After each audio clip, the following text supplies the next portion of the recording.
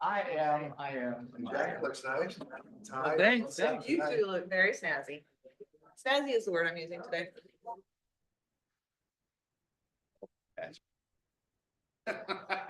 I'm a working man here. Hey, Jeff, my brother would love that jacket. Cause he has them on his. It comes in handy because you're Yeah, constantly exactly. That's right. wears them. I fit in Alaska there. I know what I'm buying you for Christmas, Jeff. Another shooter patch you can sell. Oh, not so great. Totally. I don't see it. So this.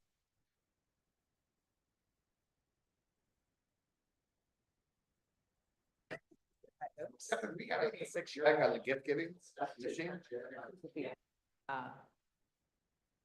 Friday at 10. But overall, Afternoon.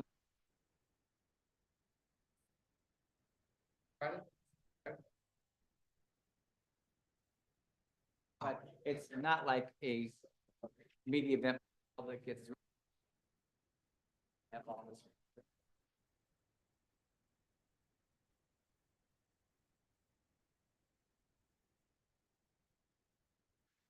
Good evening, North Pole. Good evening, North Pole City Council, and happy St. Patrick's Day.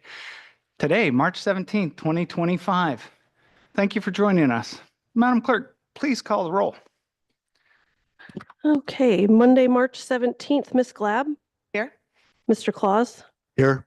Mr. Jacobson, Here. and Mayor Church. I am present. Williams and Keller have excused absences. All right, thank you. We quorum? We do have a quorum. Excellent. Please join us for the pledge and the invocation.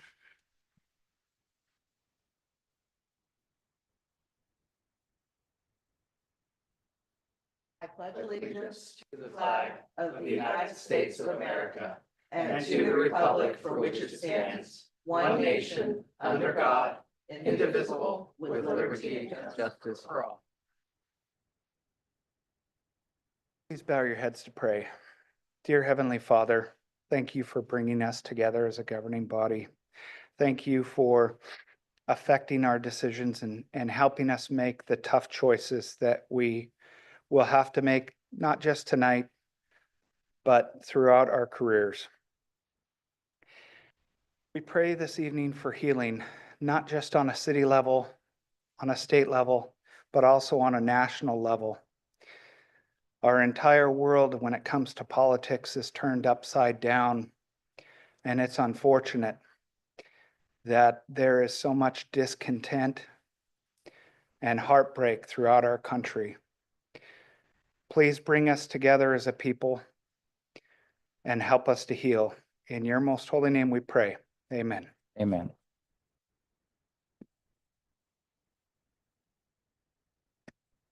Thank you, Ms. Blab, for leading us in the Pledge of Allegiance. That brings us to approval of the agenda. Move to approve. We're at approval of the, oops, thank you. Yes, Jeff.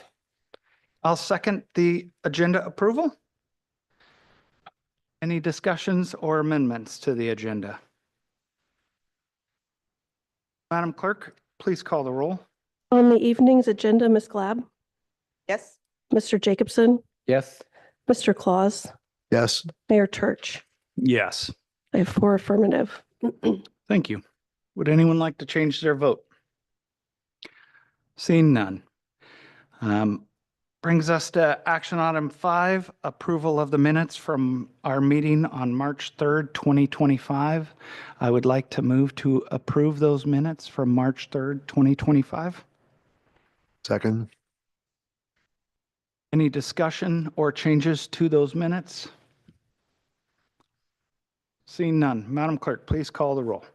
On the minutes from the March 3rd meeting, Mr. Claus, Yes. Ms. Glab, Yes.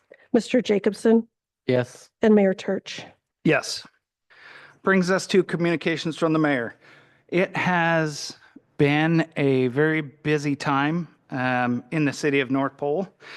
There has been a lot going on, tons of meetings, and I have been thankful to be where I'm at to enjoy our wonderful community.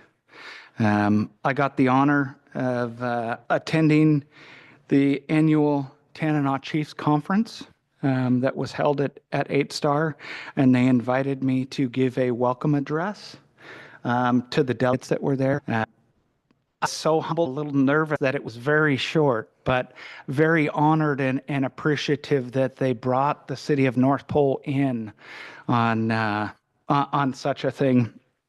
And at that meeting, I found out that the city of North Pole and the area of North Pole has the highest, second highest number of TCC members, which I thought was kind of neat. So it made me being there even more honorable, and I appreciate their invitation. I got a chance to also go out. I was invited to the Alaska Air National Guard and the 168th out on Eielson. They invited me out to kind of get me up to speed as to what they do, who they are, but then they took me for a tour around their entire facility to include the boom simulation for the 135s, a tour of the hangar, the operations center, and what a neat group of individuals to be out there. I got some pictures, and I've been out there for air shows, but never truly understood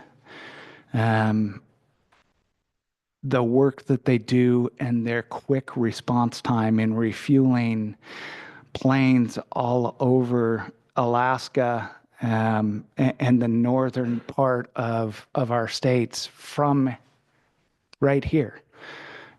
It's pretty awesome. So next time you see a boom in a KC-135 fly over your house, it's a cool thing, and glad they're here to be with us.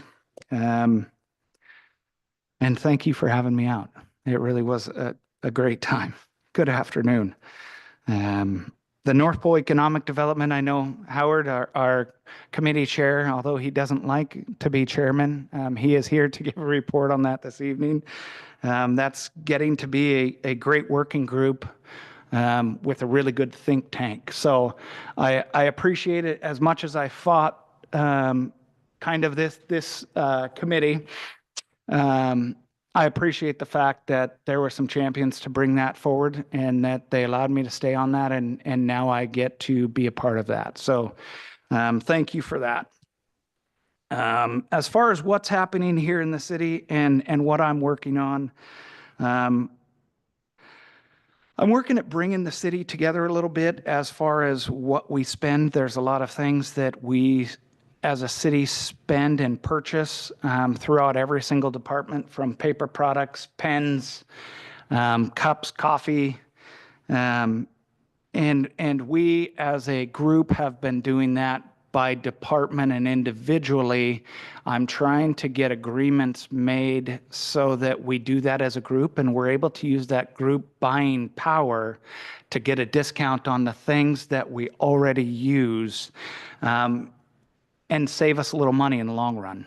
I think with everything that's happening at the state level as far as politics and finances, certainly on the national level with politics and finances, that the city of North Pole is going to have to run on a little bit tighter basis, a little bit tighter ship, and every penny that we can save will go that much further to helping our community out.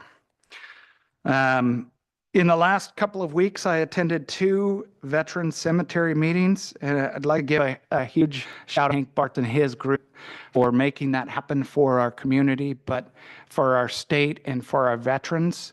Home on the Grange, which I attended last Monday, was wonderful, and Hank got up there and talked about their funding and how far along they are, and it sounds like they're going to be breaking ground up there a few years ahead of time, thanks to our local legislature and interior delegation for helping out with that. So that's really a big thing. And then our excellence in action for the city of North Pole was Captain Sean McGilvery over at the fire department. I got the pleasure of going over there on Friday and presenting him with his North Pole Yeti mug and his name on it, and just really appreciate the fact that he stepped up to the plate when called without even having to ask. And all of the extra things that he does to go above and beyond the call of duty is something that we should all kind of achieve to be. And I just want to thank Captain McGilvery for his excellence, not just this month, but every day. So if you see him out around, please be sure to give him a pat on the back, shake his hand, and say thank you. It's pretty important. And that's it. Any questions of the mayor? Please. Mayor, when you were out there with the Air National Guard, did they indicate a timeline of when the new tankers would be arriving? They did not with surety. They were hoping that by this time next year they're here. But they don't Yeah, have any sort of certainty. Okay. Um, in the near future then. yeah, yeah, they're really hoping within the next year and sooner if at all possible. Thank you. Anyone else? All right. Madam Clerk, that takes us on to citizens' comments. I did not have anybody sign up online, but any person wishing to speak needs to sign up on the list located on the public testimony table. Respectful standards of decorum and courtesy should be observed by all speakers. Remarks should be directed to the council as a body rather than any member of the council or staff. And I know Howard's gonna.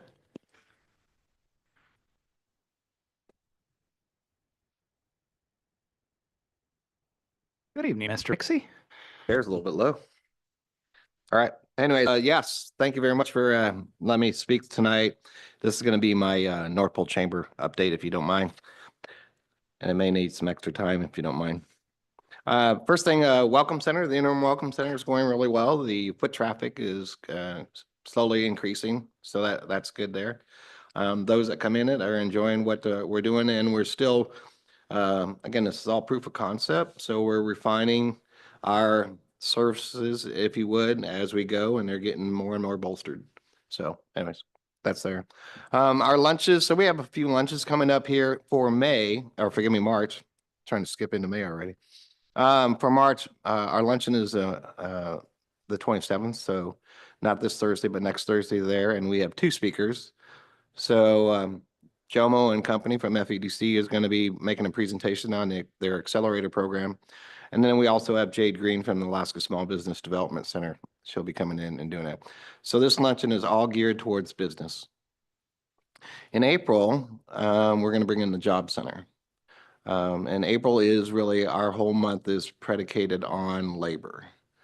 So we have the luncheon, and like I said, Job Center will be there, but we're also doing a seminar. So if I may, so the seminar is targeting, it's going to be on the 18th of April. It is targeting high schoolers and young adults that are getting ready to go into their next chapter of life.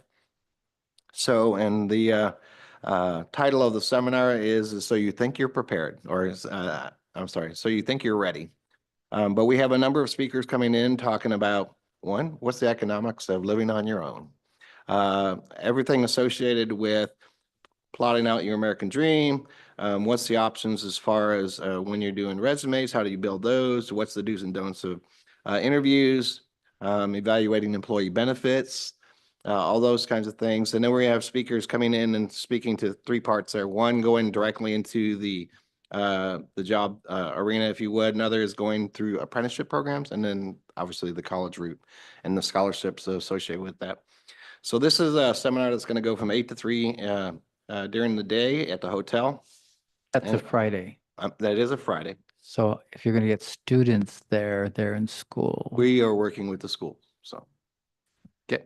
And then in the afternoon, then from 3 to 5, we're inviting a number of people from the trades and the colleges and various employers and whatnot and the military to put on a career fair. So hopefully they'll take what they learned in the seminar, go over to the mall, go through the career fair and maybe make some connections there on their next step. So, and we hope that this will be an annual event. And again, it goes all back to our three-legged stool for the Welcome Center. So this is our labor development one. So that'd be the case there. So we're really excited about that. So that's April and May. So our luncheon is on the 22nd, and we're inviting Chino Lakes to come in and make a presentation on that, given that we're going to be going into the summer months and all the services that they offer, along with any of the other park and rec services in our community. And if you don't know it, so the Chamber's Spring Bazaar is on May 31st, along with Cruising with Santa. So that's the last Saturday of the month of May. And hopefully you guys can appreciate that is the biggest event that happens in North Pole. I mean, for Cruising with Santa, and we've been doing it since 2006. They in their 5-hour period there, they see about 4,000 people. And then 2 years ago, the chamber decided to pair up their Spring Bazaar with that. So it is a fantastic day to come out and spend the day in North Pole. The cops, the cops probably don't like it because we jam up all of the roundabouts there continuously all day, but it's a good day for North Pole. And I'm sure the sales tax doesn't hurt either. So anyways, so and then the other thing, so we just had a meeting the other day on our board, and Mr. Mayor, I think you're going to be excited to hear this. We are exploring the idea of doing a farmer's market on Fridays, June through August. And we'll finalize our decision on that on our April 3rd meeting. So, but we think we can do it and do it over at the Welcome Center site. And we were hoping to look at having the city tent there, along with some picnic tables and maybe even bring in some pavilions and whatnot there to accommodate that on a long-term basis there. So, and I've already talked to Chief about the tent. There's some discussion to be had on that. So it's still in existence? It is. I think I surprised the chief there because I was talking to Buddy Lane, and I believe from what he conveyed to me was way back when the chamber actually bought that tent when they were doing the farmers market way back when. So, and then it got handed up. I don't know. So it's all secondhand information, Jeff. So anyways, but we do want to explore having a big tent of that same size there. So there might be something to break a deal there. Anyways, so those are my updates as far as the chamber go. Any questions? Yes, sir. Please, Mr. Jacobson, go ahead. Yeah, thanks for the update. Very helpful information, especially about the seminar. I think our seniors really, this would be very helpful for them. So if we can get participation from the school to give them some sort of leeway to go to that, get some credit or something. I know as Rotary went over there and they had a lot of vocational programs there. So I'm not sure, I can't remember names over there about who does that. So that might be a contact person. We're already working with Okay. high school there. Good. Yeah. And then last year, I think when you had your Cruising with Santa and Bazaar, you also had recycling there. Is that going to happen again this year? Actually, disconnect there. So, but that's a great question. So we are still, the chamber is wanting to duplicate the program we did last year, which was Make It Shine. So obviously that's the highway cleanup, which I believe the scheduled date for that is May 10th.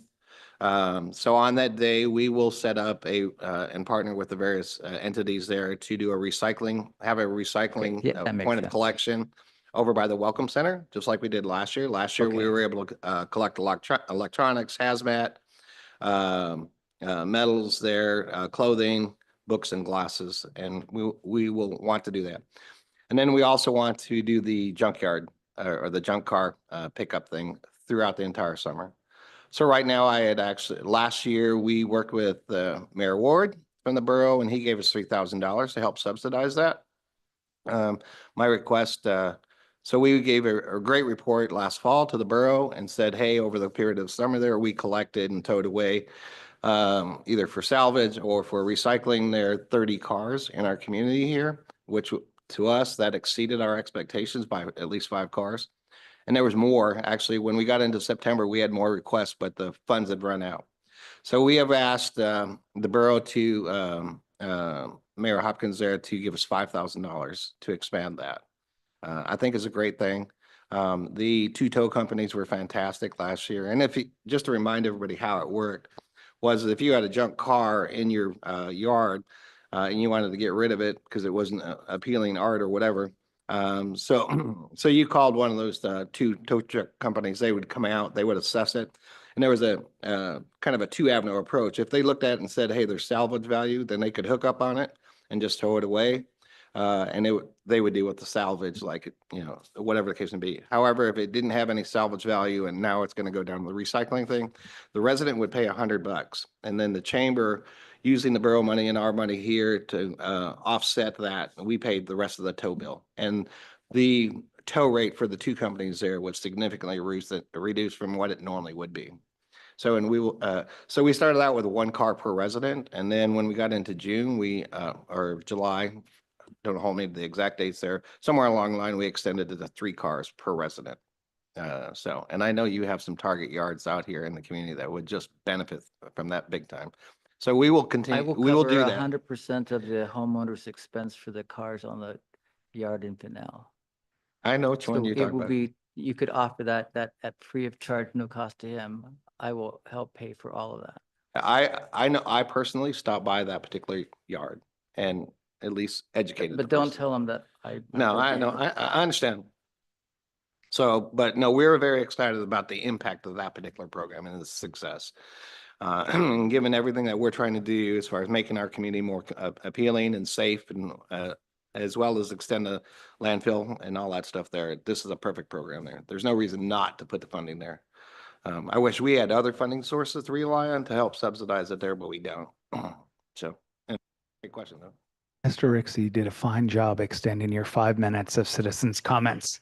I applaud you, sir, and I would actually like more of your time. So please, okay. I have a question for the Chino Lakes Army Corps of Engineers that you're bringing out. Does that also speak to the upgrades that are happening out at Chino Lakes this summer in relation to the new parking area and things that they're doing out there that the We're gonna give them the borough whole- is doing? Yeah, so we're giving them 40 minutes to talk about whatever they want on Chino Lakes there Okay. to let everybody know what's going on there, what's available to them. Because obviously with, every year we have a big rotation of military, both from Army and Air Force there. So there's people that don't even know it exists.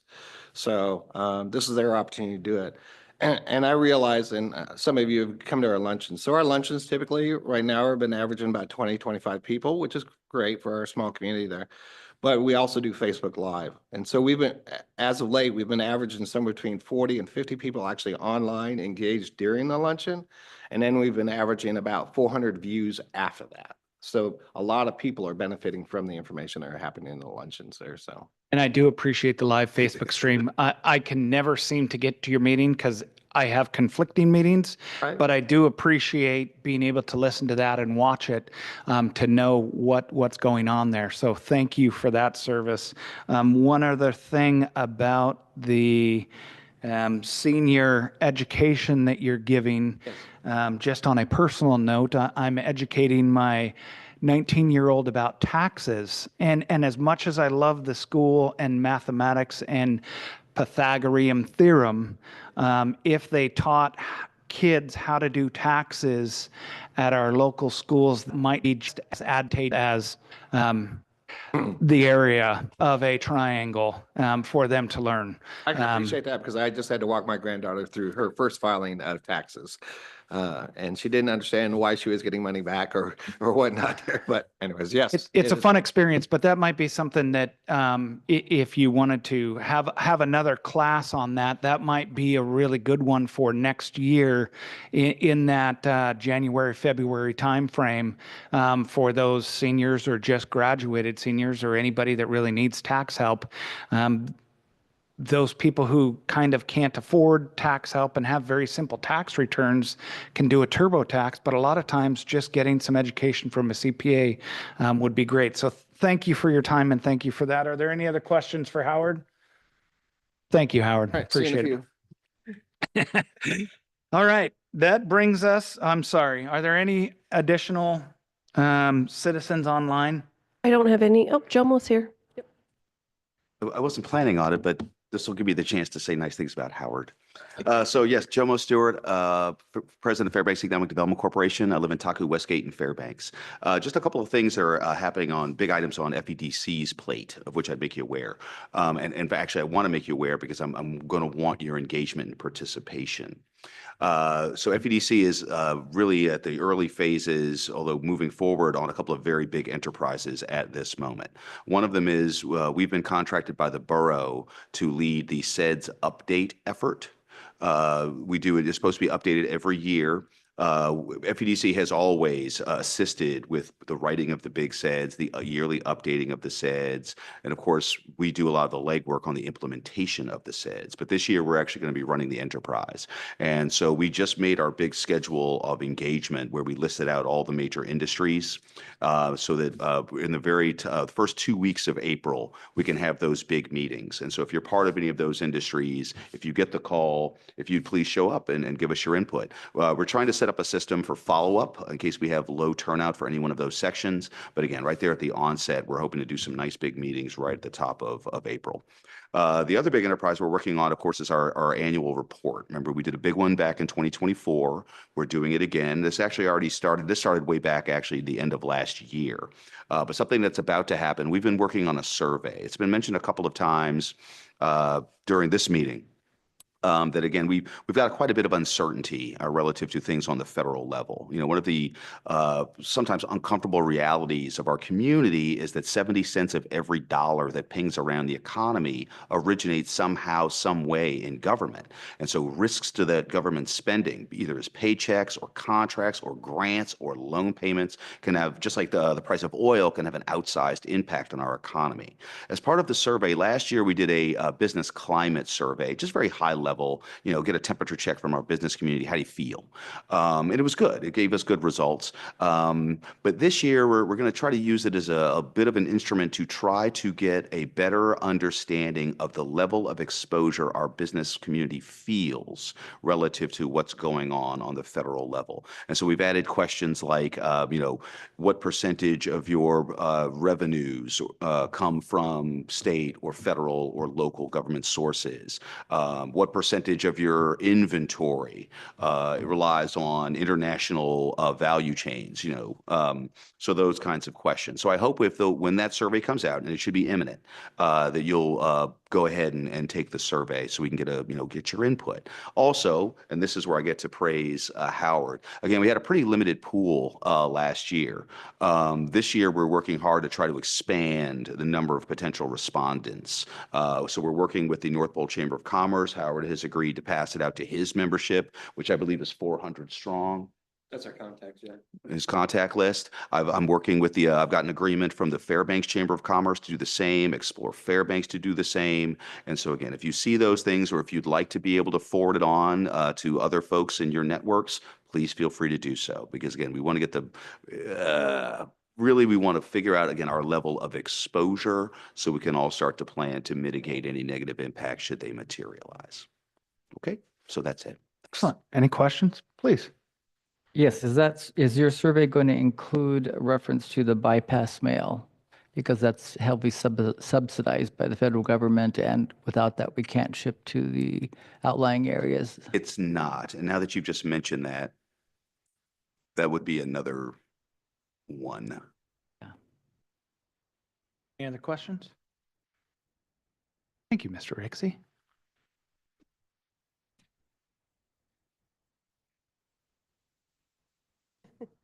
Oh, sorry. Jomo, I am so. Jomo, I apologize. That's my bad. It's not okay. Name important. I apologize, Jomo. That brings us to communications from department heads. How about Madam Clerk, would you like to kick us off? Oh, yes, sure. First, I wanted to say happy St. Patty's Day to everybody. And Ellie, with you leaving, there are 282 shopping days before Christmas. I want to give you probably the last update on that. So the ballot this year, we will have 2 council seats that'll be 2 3-year terms, and then there'll be a 2-year term on the council on the ballot and a 1-year term. And if anybody, I do have 2 applicants that will be interviewing at the next council meeting, but if anybody would like to apply, ebraniff@northpolealaska.org, please send me your bio and little resume so I can share that with the council. And then, yeah, the Excellence in Action program that has been implemented through HR and seems to be going swimmingly. Nobody has complained about their Yetis yet, so. And other than, yeah, Ellie, it's been a pleasure to work with you. I wish you could have been here longer. I do too. That would be the entirety of my report. All right, thank you. Any questions of the clerk? All right, how about the CFO? Madam CFO, would you like to give your report next?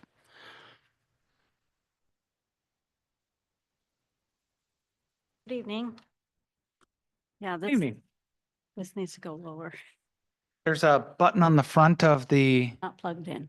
oh, heavens. I'm not sure how that got adjusted. Okay. Apologies. No, no worries. I think we had a different chair here last time, that's what I think. So I sent, had Emily send out the financials for the month of February. And tonight I passed out our interest and our sales tax. We did receive more sales tax, both online and regular sales tax, more than we budgeted for in 2024. We are working heavily on audit preparation right now, and we have agreed to a March 30 timeline, and I'm really feeling the crunch on that. So, and you guys have any questions about the financials or any of these figures, I'd be happy to help answer. Mayor? Oh, yeah, please, please. On this sheet, because it's a shorter paper, we lost the 25 column. I So realize that, but we haven't received any funds for 25 yet because that online piece is about 2 months out. So we just received in February what occurred in December. okay, because you said in your opening comments, you said that our sales tax in January was ahead of 24, but 24 was like 528,000. We're at 342,000 Oh, in 2025. Did I say 2025? I meant 2024. Well, all I was saying is the year came in more than we anticipated. Okay, the That's what entire I year. meant to Okay, say. I'm sorry. I I could have misheard worded then. it wrong. I understood the same thing that Jeff was hearing. So Oh, no, sorry. that makes a lot more sense. So thank you for pointing that out. Were there any other questions? Because we're working heavily in the audit for 2024, I actually even signed a document, 2024. It's a lot, isn't it? Yeah, Time of year. Yeah. all right. Are we looking good this year as far as, do you think we won't be squeezing it out to try to get it before the end of the year when we have to have the grant paperwork turned in with a financial audit? For the CMT, is that what you're talking about? Yeah, because every year we're under that deadline to get that reimbursement from the state for Medicare Right. runs, and we have to have it Right, no. audited. We've had several meetings with the auditors right now. We're still working on getting the numbers together as far as the general ledger is concerned, but we have supplied them with many, many things that they're currently working on. We had an auditor on site last week looking at our payroll figures. Great. Yeah. So, and SCMT, I'll let Chief Heineken talk about that, but I think the audit will be, and then there was some other stuff that we were kind of last minute on. All right. Thanks. Thank you. Chief?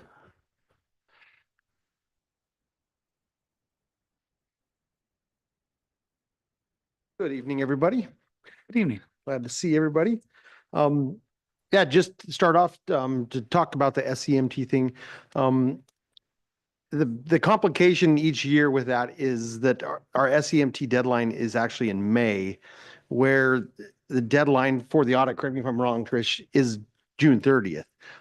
So I predict that we'll be filing for that extension every year because of that. And from what we learned last year, it sounds like that's pretty normal for multiple municipalities, not just us, that kind of fall into that same realm where the state SEMT program needs an application deadline by the last day of May, but everybody's auditors are set up for the last day of June.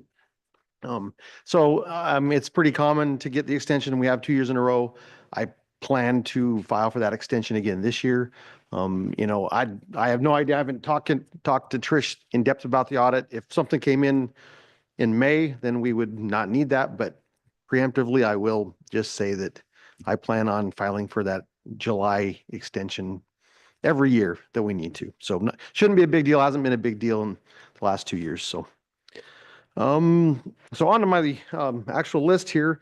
I want to give a big thanks out to Public Works. Mike in particular, Public Works, has been working with our staff, and most of you know that we have our training tower building, the one you can see when you turn down First Avenue. We train in the back of that building. If you've never been by and actually looked over, we have a forcible entry prop on the back side, which is basically a door that our guys can practice busting into. And it takes a lot of abuse because of what it's designed to take. And it's been recreated several times in the last 20 years since its existence. And we've not really found one model to where it really would last that kind of abuse. Well, a couple weeks back, our staff, particularly Captain Hamlin with B Shift, got with Mike from Public Works and talked out, hey, you guys are so talented. They're doing so many amazing things. Can you help us create a door that would last? And wow, you all should come by and take a look at what they created for us. They've got it installed. It's fully steel. There's no lumber in this model. The old ones all had lumber, simulated jams, and it's heavy. It took multiple people to move it into place, to get it installed into the side of the building. Our staff have been using it already, and I believe PD is scheduled to possibly use it soon. So they'll take advantage of it. But wow, we are just impressed with how fast he was able to put this together, how well it's built.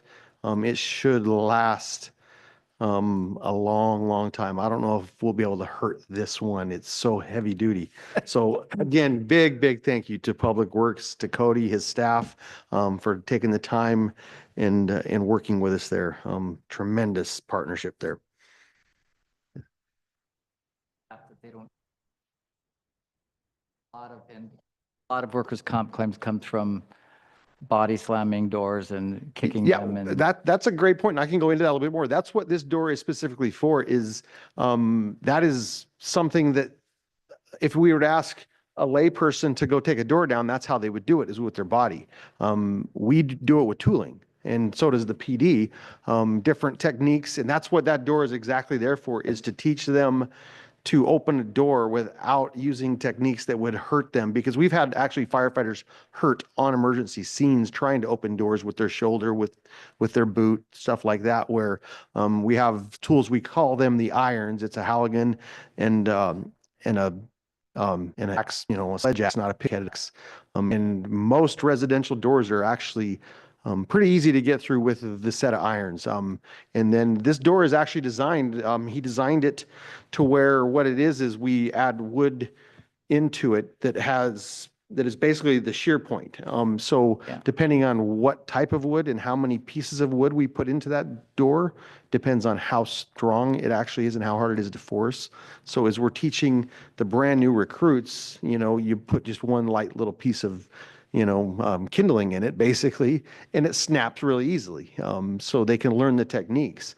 And then as they've mastered the trades, you can actually add, into higher level or lower level on the door, simulating a barred door, something like that. So it's exactly for that. It's so we can teach the staff, these are the appropriate ways to do it without hurting you, to be fast and efficient and do the job. So yeah, thank you for that. You guys should patent that. Actually, there are patents out there. The Tanana Valley Firefighters Association has a commercially provided one that ours has been disabled for so long. We've been, they lend theirs out, and it's trailer based. But now we don't have to wait to get the loaner. So there are commercial ones out there And I think this one's better. It's beefier at least. Well, and the cost effectiveness, I know that Mike and I from Public Works talked about the cost of one of these doors if you were to order it and ship it. Oh, it'd have been thousands of dollars. Yes. Thousands of dollars and for them to put a bunch of steel welded together, fabricate it in-house and be able to take it next door saved considerable amount of money by doing that. So a huge thanks to them. And it is probably much tougher than anything we could have ever ordered. I haven't seen it in person, but I saw a ton of pictures throughout the construction process of that. And not only are you excited about it, but they were excited to have that project. They really love showing off their skills and doing different things around the city and thrive off of that. So thank you for challenging them with one more thing. They do enjoy it. Well, that's good to hear that they weren't just burdened. They actually enjoyed doing it. Yeah, So, they appreciate that. Yep. So thank you. so, okay. The next thing on my list here is just a reminder, we have 2 weeks left of the open application process for our 2025 apprenticeships. If anybody out listening has seniors in high school that are looking for what they're going to do after high school and would consider emergency services as a career, the application period is open. They can contact us at the fire station. We can get them applications. And yeah, we look forward to another successful year of apprentices. On the training aspect, we had our firefighter 2 class do state testing this last weekend on Saturday. So we had 4 of our staff members participate in the testing, and they all passed. The physical part of it, they have to take a written test as well, which will be graded by the state. We don't usually hear back from a couple of weeks, but I have full confidence that we'll get them through that written portion as well. Yeah, a good day of training and testing on Saturday happened at the station where they were putting these young firefighters through several different scenarios and improving their competency, and it all went well. Next thing is we're getting to that time of year. Burn permits will be required soon. I'm so happy to be able to report that. We still have snow on the ground, but there are parts of the state that do not. There are parts of the state that are very dry. Alaska Division of Forestry have advised us that in those southern areas of the state, they are actually bumping up the requirement for burn permits to now. They're requiring them in the southern part of the state to date. They haven't changed our area. It still remains April 1st. But from April 1st on, you will need a burn permit if you're going to do any type of outside burning of, leaves, branches, trees, that type of stuff. Just as a reminder, construction debris is never appropriate to burn. Those are not approved in a normal burn permit. So we'll see how fast our breakup comes. I think with the weather we've had, we've lost a lot of snowpack already. I think once we get a little bit more warmer days and freezing at night, it's gonna go quick. So we'll get what we call brown up very soon, and that's our first fire dangers, is that brown up, because it's last year's dried tinder that burns and flashes so quickly. And then, so we have a rash of those type of fires at first, and then we get green up, which helps us quite a bit to prevent those fires. And then we get into the late May, June, and July fire seasons where it can get more volatile and have more deadly fires running through the state. So I'll keep you posted as the summer goes, but just wanted to get that reminder out. We're getting there. Summer's coming. Burn permits will be mandatory as of April 1st. The last thing I have, and I added this just with Mr. Rixey's comments on the tent. The tent last summer, we did condemn the tent itself. We are no longer using it. It was getting to the point, we were afraid it was actually going to be a safety concern. The tie downs for it to actually hold the fabric to the poles were failing one after another.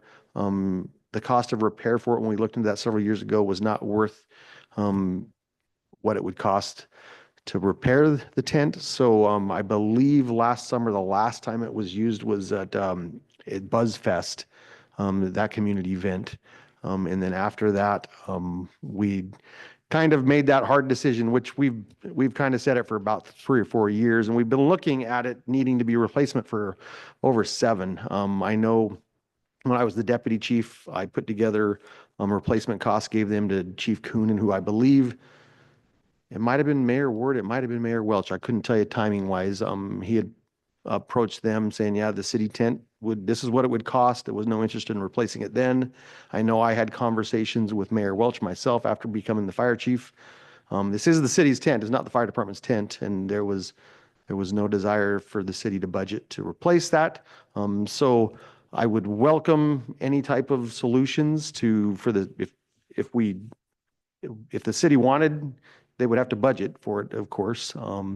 Or working with the Chamber of Commerce. However, I would be happy to get with Mr. Rixey this week and we could talk options. But I wanted to make sure, because we hadn't really made that public, that, yeah, the city tent is at this point no longer usable. It has not been since last summer.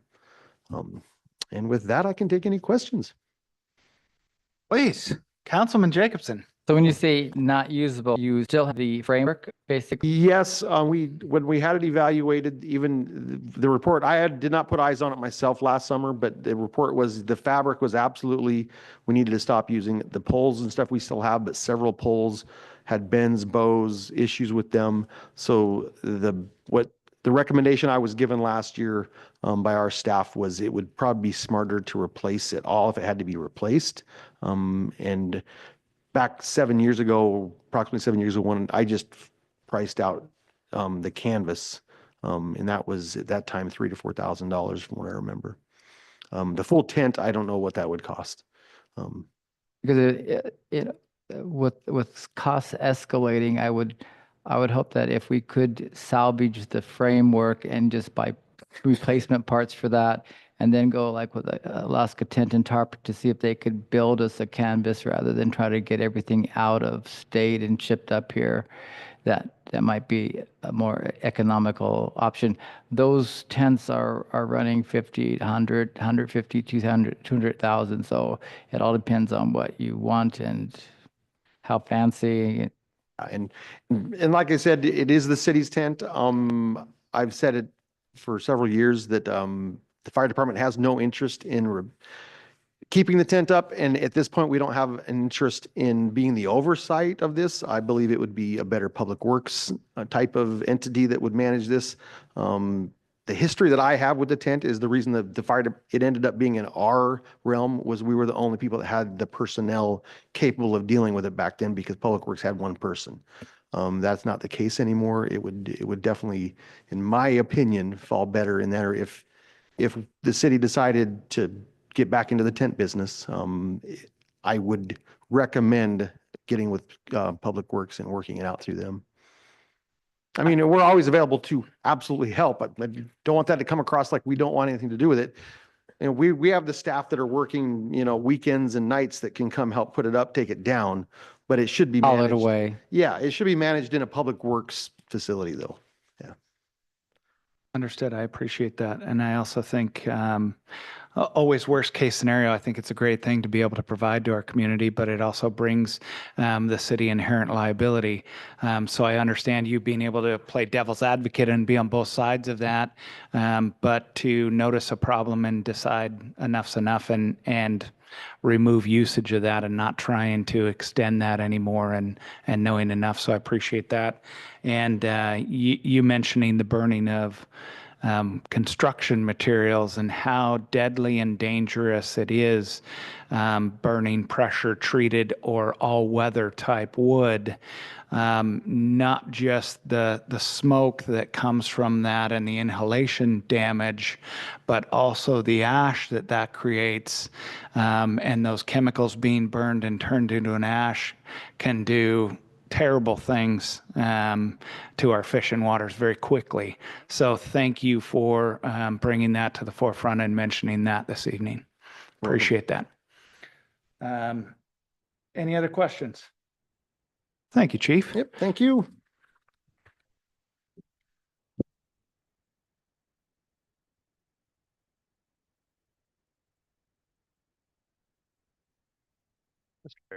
Hey, good evening. Council, how are we tonight? Very well. Thank you for being with us. So a couple things from the police department. Lieutenant Smith's in Anchorage attending a DHS grant committee. Also, evidence custodian Elena Miller, she's doing the RMS scan project. She's making great progress on that. We're also going to be sending her to crime scene school this summer.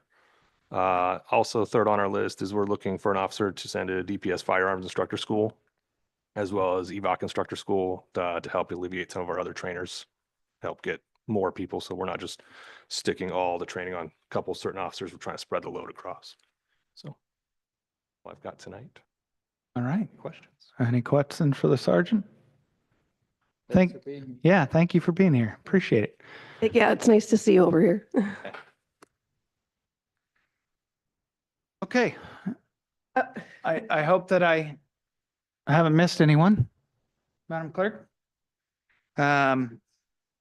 That brings us to ongoing project reports and the North Pole Economic Development Committee update. Mr. Rixey. Yes, back again. So, yeah, thank you very much for this opportunity here. To be quite frank, I am extremely excited about this committee. So, I mean, just 4 months ago, we were looking at a committee that was kind of dying on the vine there. It was principally, at least in name, had 4 city council people on it there and a few cats and dog advisors. Jomo and I were one of those there.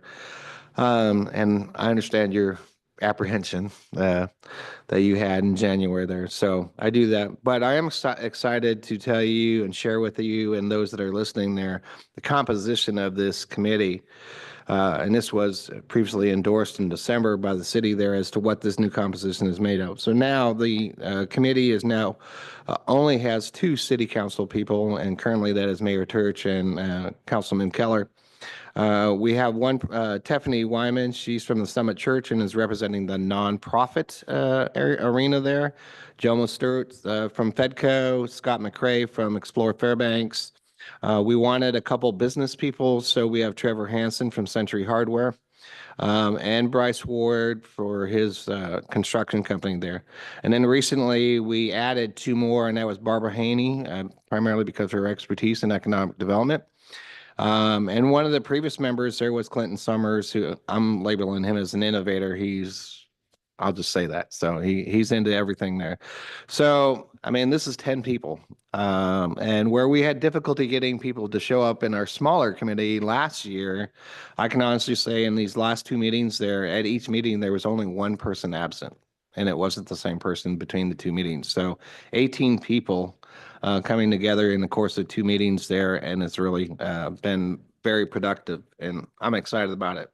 So, and you're right, Mayor, I didn't want to be the chair. I'm willing to be the chair primarily because I was not willing to allow the mission of this particular committee die on the vine at the expense of the community. So, and I agreed to continue on as the chair until you either remove me or this coming December. And I've also, for the benefit of everybody else, I've served notice to the mayor. So at the next year on this committee here, it will not be me representing the chamber. It'll be somebody else from the chamber. So, but that doesn't mean I'm not getting involved. But no, you need to continuously just bring in new blood, new ideas and whatnot there. And so with that in mind there, I just want to remind the council there of what the agreed upon mission statement was for the committee. So if we just bear with me. So it's to promote sustainable economic growth within the North Pole area by fostering a vibrant residential and business environment, attracting new investments, retaining existing businesses, cultivating a quality labor force and expanded job opportunities through strategic planning, collaboration with our stakeholders there, targeted initiatives to enhance the community's overall levels of economic prosperity and quality of life. So that's the mission there, and I think that this new membership and composition of the committee has embraced that wholeheartedly. So we had our most recent meeting, which was on March 5th. And one of the things that we did at that particular meeting, we were asked by FEDC to weigh and decide any particular possible endorsement of them becoming the auditor. And I know that's something that's on your agenda for tonight here. And I will tell you, we spent a good 30 minutes discussing this on everything under the sun associated with it. And to be quite frank, there was no disagreement that the FEDC should become the auditor. It really came down to name. And if you don't mind, what I'd like to do is because many of our resolution, the points that you outlined and yours being offered up tonight are the same as ours. It really came down to our last paragraph. If you don't mind, I'd like to read that. Are you speaking to the Ardor resolution now? Or are you still speaking about the North Pole? No, I'm speaking to the committee's recommendation. So how you want to do that? Continue on, Howard. Go Okay. ahead and read that last paragraph Okay. of the It's just- order that you put through as the North Pole Economic Development Committee, just so we get a taste of that resolution. All right, thank you very much.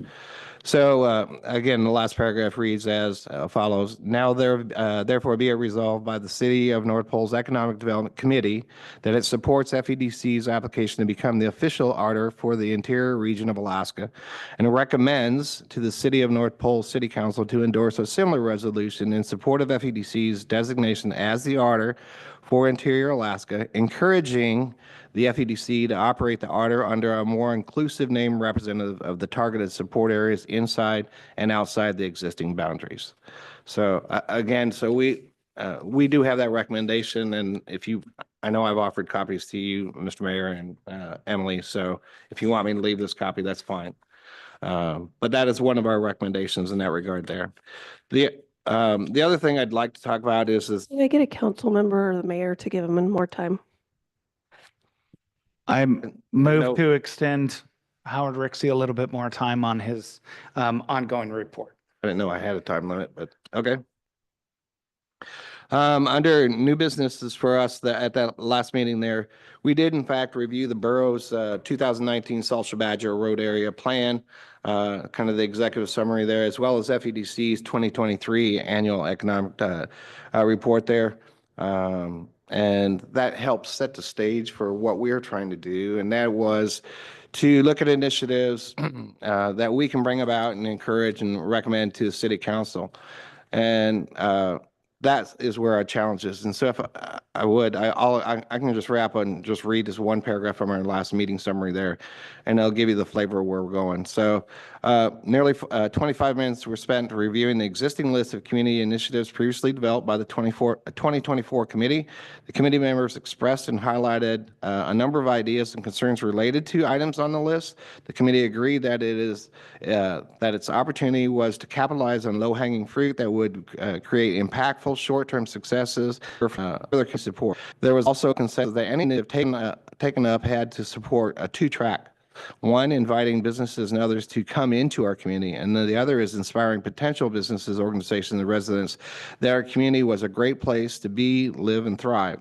So lastly, it was acknowledged that whatever is taken on must be done in a way that is deliberate and conscious of the second and third order effects. The conclusion was that the existing list was either too repetitive or brief in form to fully understand and appreciate the context of each initiative. So what the challenge was is between that meeting, March 5th, and our next meeting there on April 2nd, was for each member to say, give us 2 or 3 concrete, fully developed ideas that when you look at it, you can understand what they're saying, rather than just saying a library project, which is kind of broad stated there.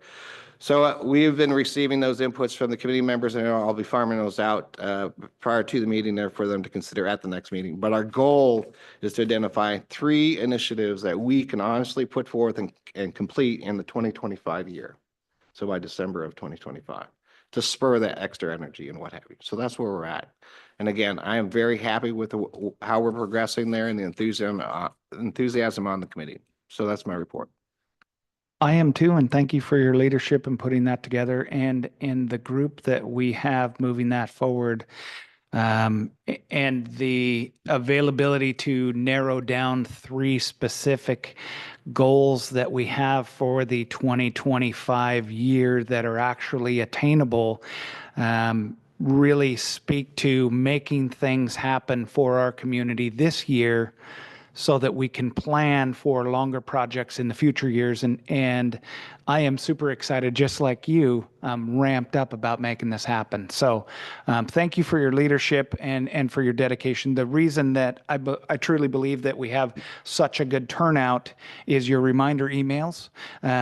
We all get busy in everything that we have going on, and you're very diligent about sending out reminder emails 3 days before and then the day prior, which allows those people who may be procrastinators to check themselves and get there. So I appreciate that as a very busy fella, and to have to constantly check my schedule and make sure we're on track. I do appreciate that. And I think that because of that diligence, the results are clear. So appreciate that. Any other questions or comments for Howard, please? Thank you, Mayor. Thank you, Howie, for all that you do for our community, especially with keeping the Economic Development Committee going. Could you repeat what the two prongs were again for the community initiatives? I just want to make sure. It's a push-pull thing. So in the case here, obviously we want initiatives that reach out to businesses and bring them in. Okay. All right. And the other is looking from within, basically cleaning our house, so to speak, there and making it presentable and desirable for when people come, they actually look at it as an opportunity to come in without us actually soliciting them to come in. Does that make sense? Yeah. So, all right, cool. I didn't quite get all that, so I wanted to make sure I understood All right. that. Thank you. I know I ramble. Okay, seeing nothing else, thank you, Howard. Madam Clerk, thank you for keeping us on task as far as time goes. I do appreciate that, but his report is super important that he only comes and gives it once a month. I think we could allow him a little bit more time. I know per code, we're stuck at 5 No, minutes. code allows you to give more time, so yes. Thank you for keeping us on track. I really appreciate that. I did also look down and realize that I skipped over the borough representative. Currently, we didn't have a borough representative, but if any council members would like to go and give updates at the borough meeting, we did have a calendar that was circulating. Unfortunately, the only person to sign up for that was Miss Chandra Clack, and further down on the agenda, we're accepting her resignation this evening. So if there's anyone who would like to go to the borough meetings and give reports for the North Pole City Council, please see the clerk. She will kind of help write you a synopsis of what we can report on, and then go and show and report back to us if that's something that interests you. There is no requirement for that. But if you care to do that, it is available to council. Thank you for the update. That brings us to item 11, unfinished business. Item 11A, I would like to introduce and hopefully adopt ordinance 2025-2, an ordinance amending the 2025 budget for the second time. Ms. CFO, would you like to speak to that at all this evening? May I get a second to bring this up? Second. Thank you. Order,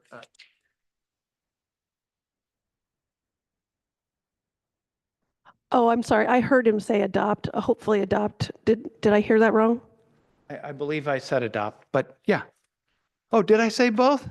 Oh, well, be damned.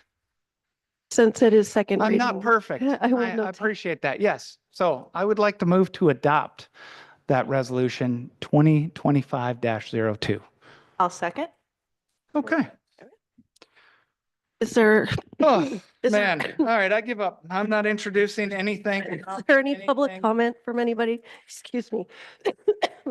On this ordinance, nobody signed up online. Okay, seeing none. Would anyone like to speak to this evening? Okay. Can we call the roll? On ordinance 2025-02, an ordinance amending the 2025 budget for the second time, Ms. Glab, Yes. Mr. Jacobson, Yes. Ms. Claus, Mr. Claus, Yes. Lord Mayor Church. Yeah.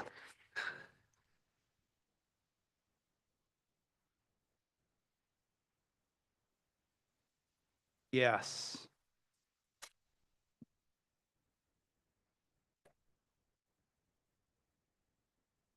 Anyone like to change their vote? That passed with 4 affirmatives. Okay. That brings us on to item 12A. Oh, let me try this again. Resolution 2025-08, a resolution supporting the Fairbanks Economic Development Corporation, FEDC, as the Alaska Regional Development Organization, which is ARDER, for the interior region. Can I get a motion to introduce? Move to introduce and adopt resolution 2025-8, a resolution supporting the Fairbanks Economic Development Corporation, FEDC, as the Alaska Regional Development Organization, ARDER, for the interior region. I'll second that. Thank you. And I had nobody sign up online. Is there anybody in the audience that would like to speak? Yes. Thank you, Jomo. Is that online? Thank you. I don't have anybody online at this time.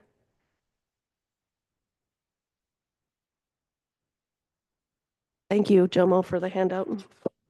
Thank you. I wanted to give you, that way you could post it, ma'am.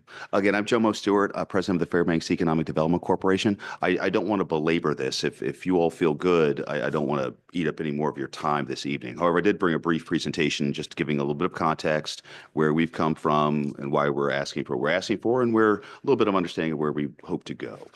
So just we'll just burn through this. I'm gonna beat your 5 minutes, Mr. Mayor. So again, just as background, the Alaska Regional Development Organizations, it was created in statute by the state of Alaska back in 1988. It was updated in 2004, and really there to approve and empower, designate, approve, and empower regional economic development corporations or organizations. This distinct from, say, much more localized economic development corporations. Say the difference between a Southeast Conference that provides economic development services and contact for the entire Southeast region, as opposed to the Juneau Economic Development Council, which just serves Juneau Douglas. Okay, so the desired and required outputs relative to the ARDERs, the major required outputs for ARDERs, and we spoke of this a little bit during my public comment, is creation, updating, and implementation of the CEDS, a community's comprehensive economic development strategy. And then also to take that information and forward it up to the state so that the state can maintain its statewide economic development strategy. Okay.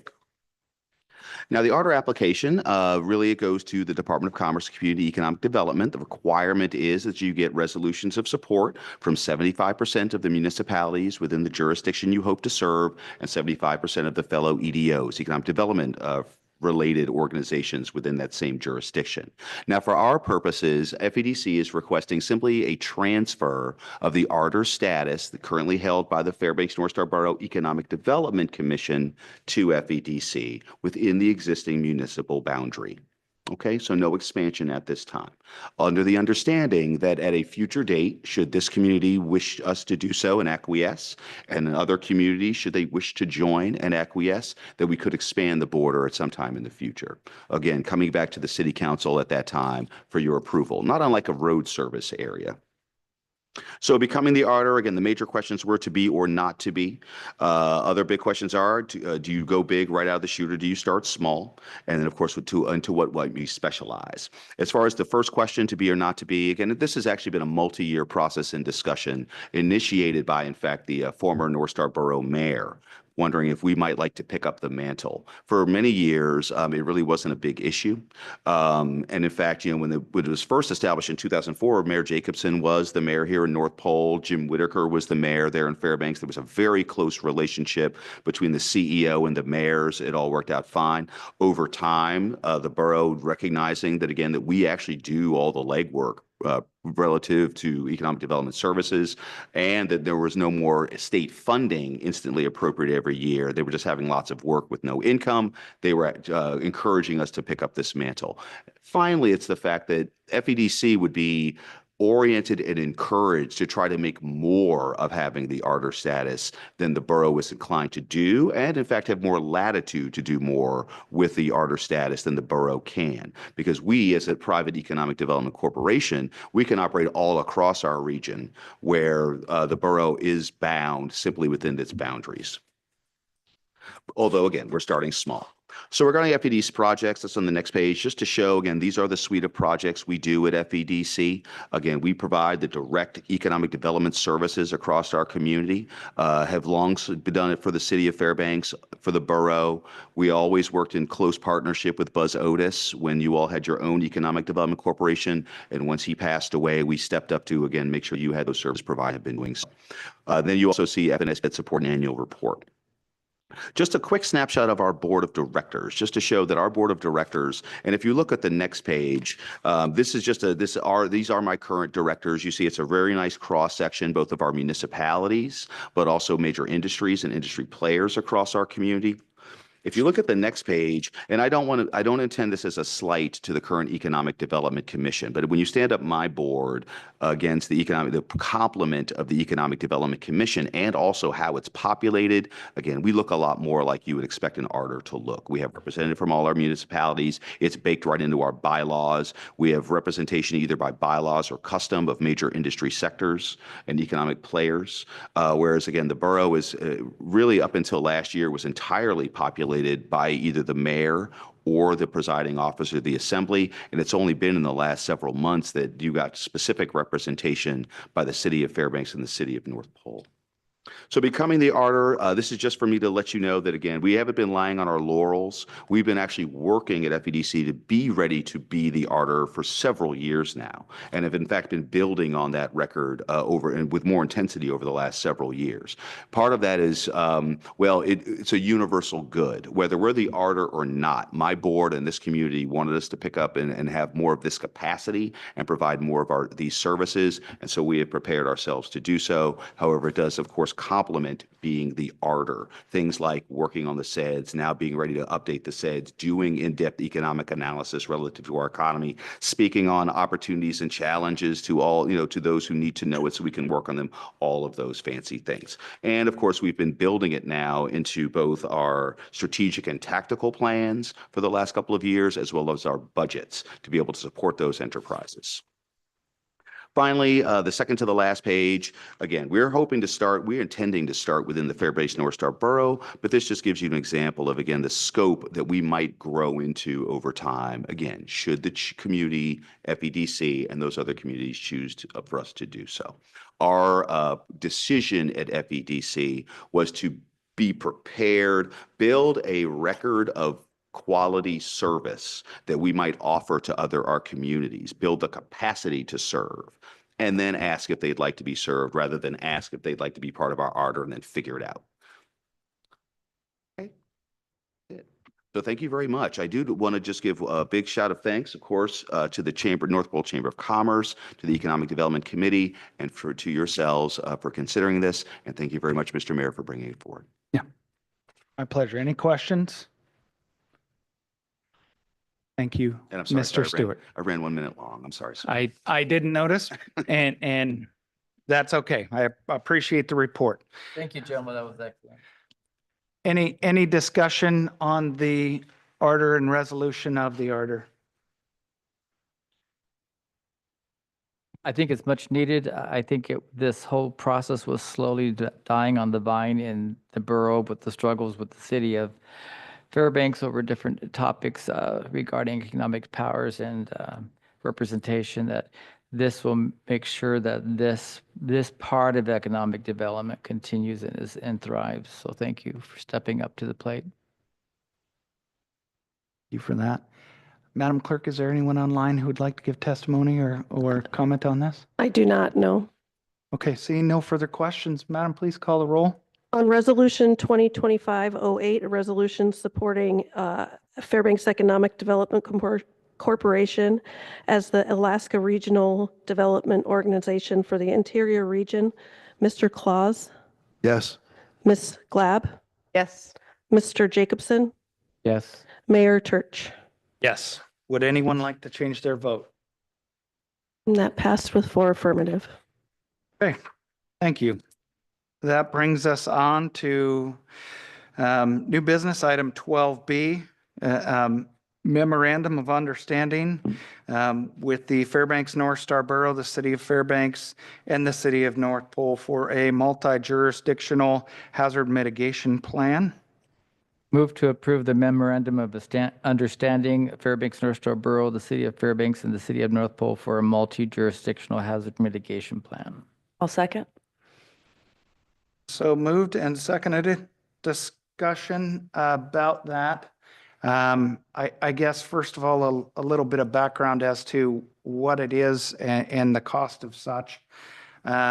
So this cost to fulfill these, this mitigation plan, disaster relief, hazard mitigation plan is provided by the state and by FEMA.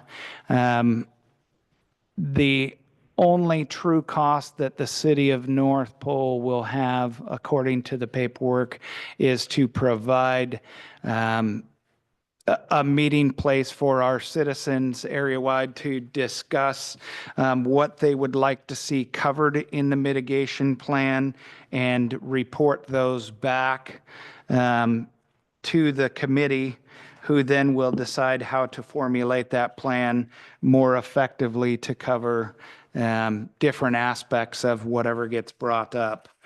Any further discussion about this? I didn't have anybody sign up online, and I don't believe there's anybody in chambers that wants to speak to it. Okay. Seeing none, please call the roll. On the memorandum of understanding, the Fairbanks North Star Borough, the city of Fairbanks, and the city of North Pole for a multi-jurisdictional hazard mitigation plan. Say that 5 times fast. Mr. Jacobson, Yes. Mr. Claus. Yes. Yes. I am so sorry, Miss Glab. Yes. Mayor Church. Yes. Would anyone like to change their vote? And that passed with 4 affirmative. Excellent. Thank you, Madam Clerk. That brings us item to unfortunate business of item 12C, an acceptance of the resignation of council members Chandra Clack and Ellen Glab. Move to accept the resignation of council members Chandra Clack and Ellen Glab. Second. So moved and seconded. Can we discuss before or do we have to ask for public comment and then discuss? Nobody signed up for public comment, and I don't believe I have anybody in the room that would like to come and speak to the resignations. So that opens us up to discussion. Mr. All right, Jacobson. great. With us being so low in numbers, I'm concerned about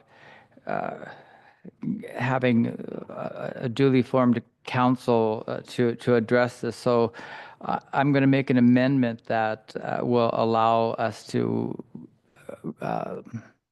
reassemble as a guaranteed body of at least a minimum quorum, because with travel plans and with people leaving, we may not have but 4 people on the 7th or even less. So I'm going to move that to amend the acceptance resignation of council members Clack and Ellen Glab, that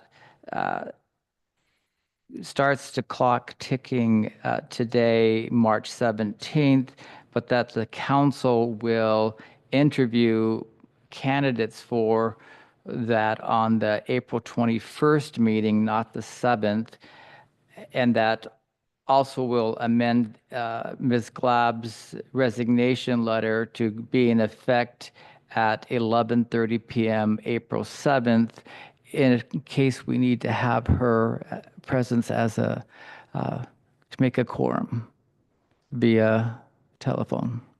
I know that was a lot of verbiage, but. I understood what you were saying there, Jeff. Yeah, it's pretty clear, and I'd like to second that. I have in front of me, Ms. Glab, your resignation letter, which does clearly state that you will no longer be eligible to be a sitting council member effective April 7th, 2025. And to me, that is 11:59, April 7th. If you wanted it to not be included in the April 7th meeting, your last day would have been today or would have been effective April 6th. So I appreciate your willingness to continue serve even through your move. So thank you for that, and thank you for the clarification, Councilman Jacobson. Any other further discussion about the acceptance of the resignation? Seeing as I'm part of it, do I abstain? It was an honest question. You can vote no, but you could. You certainly can if you choose to abstain. What that will do is put that and this entire agenda item onto our next meeting, which will be on April 7th. Yeah. So it will truly kick the can down the road. So if that is your intent, Ms. Glad, please let us know and we can move on. Personally, I don't see a conflict with it. It is very inherently tough when, as a city resident and as a council person, you have to make decisions sometimes for our city that include yourself. And this is a perfect example of one of those situations. So I appreciate you calling forth your possible conflict of interest in accepting your own resignation, but you wrote it and signed it. I meant in the amendment. Oh, understood. Okay. All right. It truly is your choice. Madam Clerk, is there any ruling on any issues that may prevent that I am not aware of? I'm not aware of. I could speak with Zane, send Zane an email and see if that's an issue, but I don't, there's nothing that I've seen that. Legally be resident. So it would be, the amendment is to have the interviews on April 21st and allow Ms. Glab, allow the resignation to be accepted at 11:30 or 11:59 on April 7th. Would you like me to call the roll or? Actually, before you do, I'm sorry. Councilman Claus had something he wanted thank to you. speak to. Thanks. Regarding the code, if Ms. Glab were to abstain, our code provides that abstention, since we'll probably have 3 people approving it, the abstention gets counted as the 4th vote. You look at the code. I would encourage you to vote just so that we don't have any We're good. issues. Yeah. I won't make it difficult. Okay, on the amendment to allow Ms. Glab to continue until the close or end of the day on the 7th and hold interviews on the 21st, firsted by Mr. Jacobson, seconded by Mayor Church. Mr. Claus, Yes? Ms. Glab, Yes. Mr. Jacobson, Yes. and Mayor Church. Yes. And on the acceptance of the resignations, Ms. Glab, Yes. Mr. Jacobson, Yes. Mr. Claus, Yes? and Mayor Church. Yes. Would anyone like to change their vote? Seeing none. Thank you. Whew. You had me nervous, Miss Glab. You know, I can't walk out without making somebody nervous. That's well done. That brings us on to council comments. Madam Clerk, where shall we start this evening? I would like to start with Ms. Glab. Well, as it will be my last in-person meeting, I want to thank everyone. I'm sorry I couldn't stay longer. I really didn't think I'd be leaving this quickly. And I have truly enjoyed my time, not only as I was a member of employee with the city of North Pole, but my time on this council. There's an amazing group of people who work here and who try to make things the best that they can, sometimes under difficult circumstances. So I hope that this council continues the hard work they've been doing that seems to have definitely made a vast improvement to this city in the time that I have been a resident of the city of North Pole. Thank you guys for being understanding and, trying to find ways to keep me going on as long as you can. I do have a good way, and you promised to come pick it up. I must to come pick it up. I'll let you can, should you like, you may post pictures on the city's website. I absolutely will. We will be happy to do so. Thank you, Ms. Glab, and thank you for your service. Mr. Claus?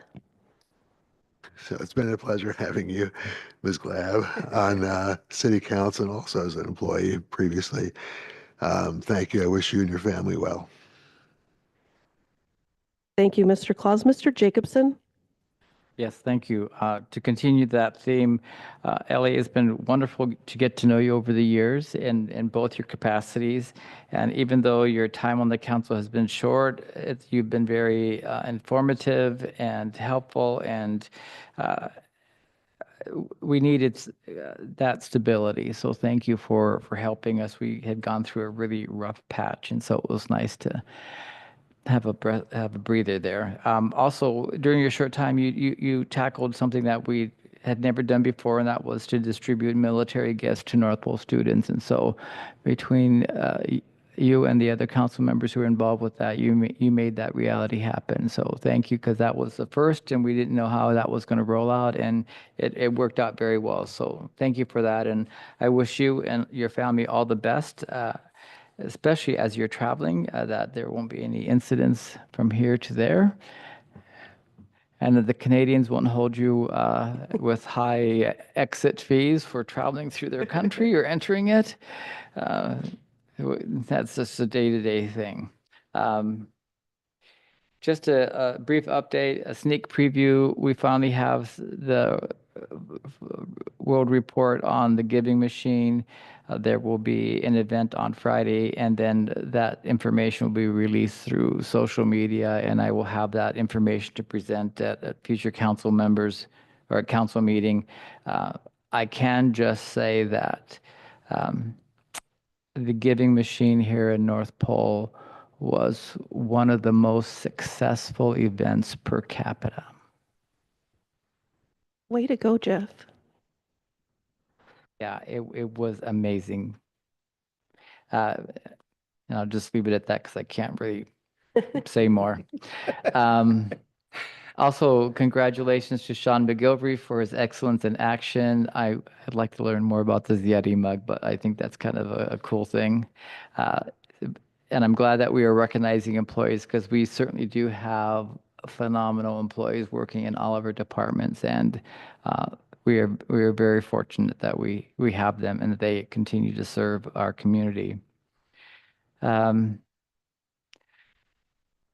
hoping that with our interview on the 21st of April, that the deadlines for applicants will be adjusted so that we hopefully will get with a larger window, a robust number of applicants for that. So that's my encouragement there. And if you happen to be driving in my neighborhood and notice a green glow coming from my house, yes, I believe in St. Patrick's Day and to celebrate it. So this is the first year that I've decorated a portion of my house in green, so outdoors anyway.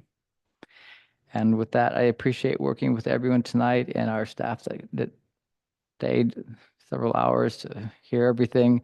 Jomo Stewart and our Howie Rixey and all that they are doing for our community, along with Mayor Church. So thank you very much. Have a good night. Thank you, Mr. Jacobson. Mayor Church?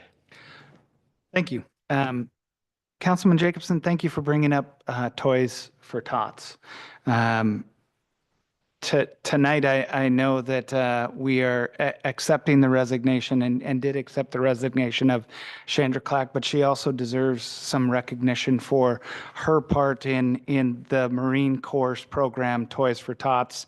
And I do appreciate her support and her diligence to follow that through. Even as North Pole changed hands with mayors, she decided to continue that and champion that and make that happen. And appreciative to those council members who were able to distribute that. So thank you, Ms. Glab, for that very much. And thank you for your willingness. Thank you for that clarification. I completely did not mention Chandra, and I'm embarrassed now. So. Oh, don't be embarrassed. That wasn't my intent at all. I just think it's important to call out resignation where it's due. And thank you for bringing it up and reminding us about that. And then thank you for your willingness to serve. It isn't easy to go out and campaign.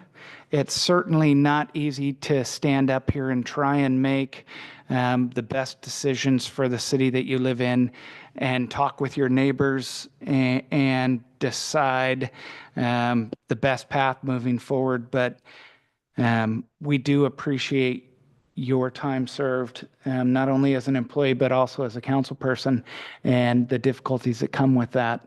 It does take some years off your life, so I hope you haven't experienced too much of that, but very much appreciate your service to our city, and thank you, and also to Mrs. Clack for her dedication to the city and stepping up the many times that she did back and forth. It's important to remember the history, learn from that, and move forward into the future with a positive movement. So with that, I want to say thank you for joining us this evening, and I would like to move to adjourn our council meeting on this St. Patrick's Day. Yay. So Second. moved. Oh, We are adjourned at seconded. 8:30.